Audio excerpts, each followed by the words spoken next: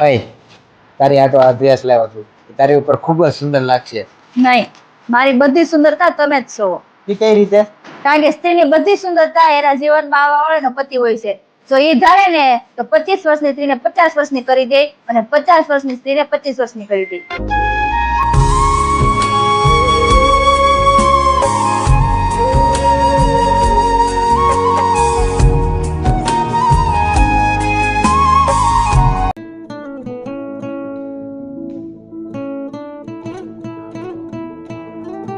હારું છું બેટા, તું આવી મારે તને એક વાત કેવી છે.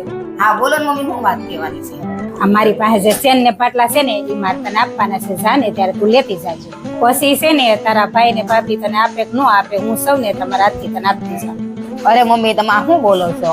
આ ઘરેણા ઉપર હાસો તો ભાભી નો છે, મારો નો. હું તો કાલે સવારે હારે વહી જાય, પછી ખાવા પીવાનું ધ્યાન, તમારું દવાનું ધ્યાન તો ભાભી જ રાખવાના છે ને. તમે બીમાર પડશો, હું 2 દિવસ આવી સેવા કરીને વહી જાય, પછી હાસી સેવા તો ભાભી જ કરશે ને. એટલે આ ઘરેણા ઉપર છે ને ભાભી નો હક છે, મારો નો. અને મારે જે જોતું છે એની કરતા તો વધારે તો મન કરિયાવરમાં આપી દીધું છે. હવે મારે કાંઈ નથી જોતું. હવે આ ઘરેણા મમ્મી તમે છે ને ભાભીને જ આપી દેજો. હા બેટા, વાત તારી હાસી છે, મને સમજાઈ ગઈ છે. આ ઘરેણા છે ને હું તાર ભાભીને જ આપીશ. હું વિચારશો હરખાતી? અરે હું તો એવું વિચારતી હતી કે જેવા મારી નણંદના વિચાર છે ને એવા જો બધી નણંદના વિચાર થઈ જાય ને તો કોઈ સાસુ હશે ઝઘડો ન થાય. અહીંયા શું કરો છો તમે? પણ પૈસા બગાડો છો. હું ખોટા ખર્ચા કર્યા હે ને પૈસા બગાડ્યા? અરે મારા બાળકો હાટું તું બધું કરી શકું. એ વાત બરાબર છે કે માતા પિતાના બાળકો બધું કરી શકે, પણ બાળકોને એટલો બધો એશો આરામ ન આપવો જોઈએ કે પછી આગળ જતા નાની નાની મુસીબતો સહન ન કરી શકે. હાલો, હા ઘરે જ છું. આવી ગયા નીચે? હા ઉપર આવી જવા. કોનો ફોન હતો? અરે એસી વાળાનો ફોન હતો. એસી વાળો? હા, છોકરા આડું નવું એસી લખાયું છે ને એ સ્પીડ કરવા આવ્યા છે. પણ સાંભળો, હું કહું છું, બાળકોને આરામ દેવો ને એ બરોબર છે, પછી બાળકોને એસી ની એટલી બધી આદત ન પડી જાય કે પછી ઘરની બહાર નીકળેલા તો તડકાની ગરમી સહન ન કરી શકે, અને એના જવાબદાર તમે હશો. આપણે બાળકોની તબિયત ઉપર ધ્યાન દેવાનું હોય, એના એશો આરામ ઉપર નહીં. કેમ કે પક્ષીઓ પણ એના બચ્ચાને ઉડતા શીખવાડે છે, માળા બનાવી નથી આપતા.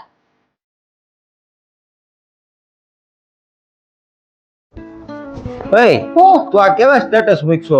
આ સ્ટેટસ જોઈ જોઈને ઘરવાળાને એમ થાય છે કે તું એને સંભળાવવા માંગશો. તો તમને શું લાગે કે અમે સ્ટેટસ મૂક્યું છે એ બધા ઘરવાળા સંભળાવવા હાટું મૂક્યું છે? નહીં, આ જેવું મને લાગે છે ને એવું મેં સ્ટેટસ મૂક્યું છે.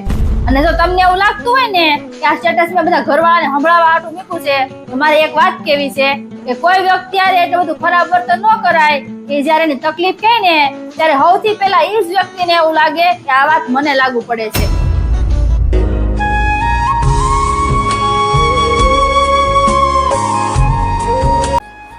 મમ્મી, હું મારા પિયર જાઉં? હા બેટા, મળીએ.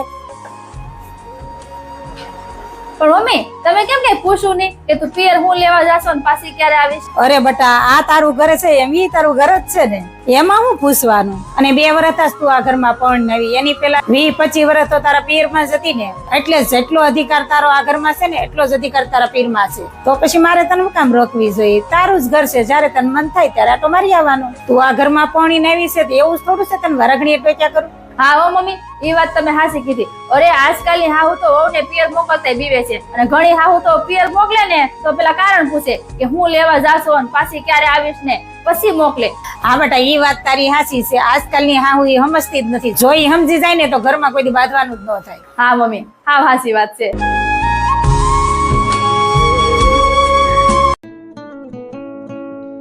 લ્યો મમ્મી, જમી લ્યો. હા બેટા, બધાય જમી લીધું? હા મમ્મી, બધાય જમી લીધું. બેટા, તે જમી લીધું? ના મમ્મી, મારે બાકી છે, પણ પેલા તમે જમી લ્યો પછી હું જમી લઈ. વાંધો નહીં બેટા, હું જમી લઉં પછી તને ગરમ ગરમ રોટલી બનાવી તો પછી તું જમી લે. હા વાંધો નહીં.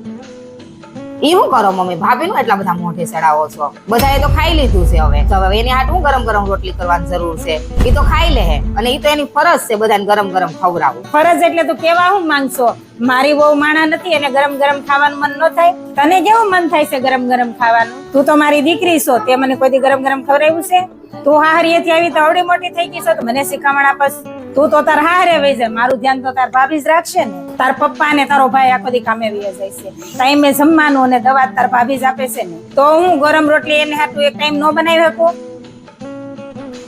અરે વાહ, આજ તો હરખમાં છો ને? કેમ હરખમાં જ હોય ને, કારણ કે માં જેવા સાસુ મેલા છે.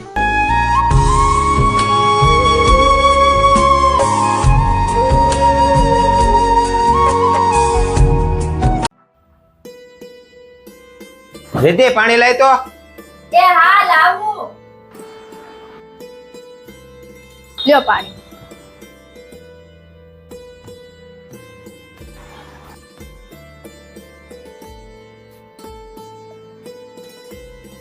ગરમી થાય છે. રીતિ એસી નું રિમોટ ક્યાં મૂક્યું છે? મળતું નથી, ગોતી દે તો. એ હા.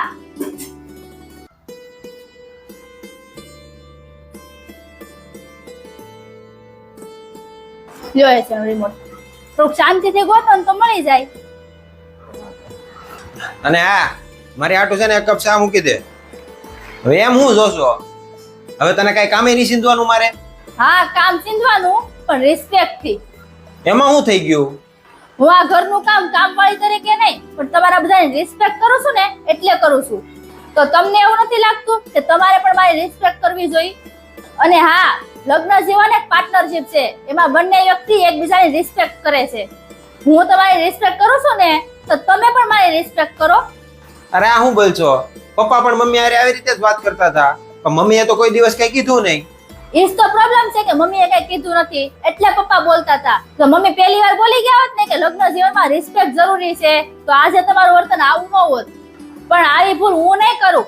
હું તમારી જીવન સાથી છું, તો લગ્ન જીવનમાં બંને વ્યક્તિને એક સરખી રિસ્પેક્ટ મળવી જોઈએ. તું હાશું કે છો રીતિ?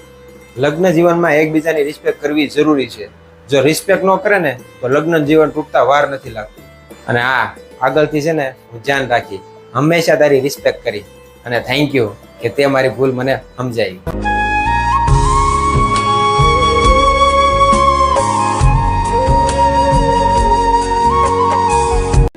શું કરો મમ્મી? કઈ નહીં બેટા, જો કપડા હાકેલું છું. મમ્મી એક વાત પૂછું? હા બેટા, પૂછને શું વાત છે? ઘણા લોકો એવું કહે છે કે વહુ કોઈ દીકરી ન બની શકે.